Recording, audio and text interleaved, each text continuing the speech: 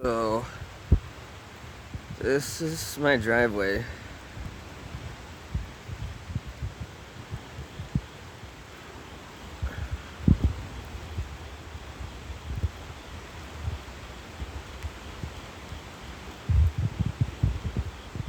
It's pretty flooded. I